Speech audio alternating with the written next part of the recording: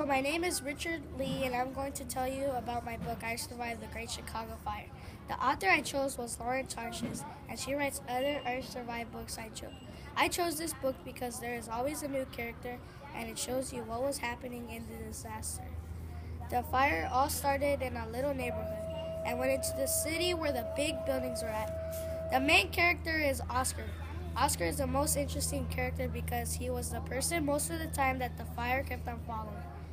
The two passages I chose was when it said finally they made it to Mr. Morrow's house and on the porch sat Oscar's mama. It almost seemed that she's been standing there for days. I chose this passage because he finally meets his mom. It was important because Oscar wasn't with his family the whole time during the fire. The other passage I chose was when Jenny said there was one thing about that man was he only had one ear. I chose this passage because Oscar's grandpa was chasing earless Max Kindar until earless Kindar shot a bullet right at his chest, but reflected off his badge.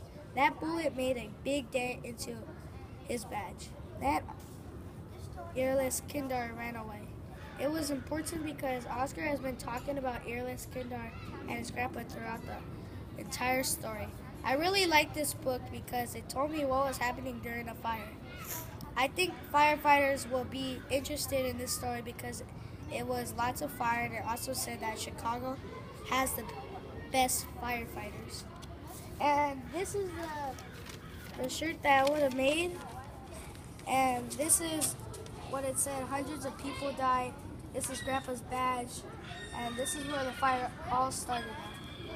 Big buildings like this right here were burning, thousands of people were running down the streets. This is where Oscar's grandpa was chasing earless Kindar at the river. And that's what I'll have for you at the book report.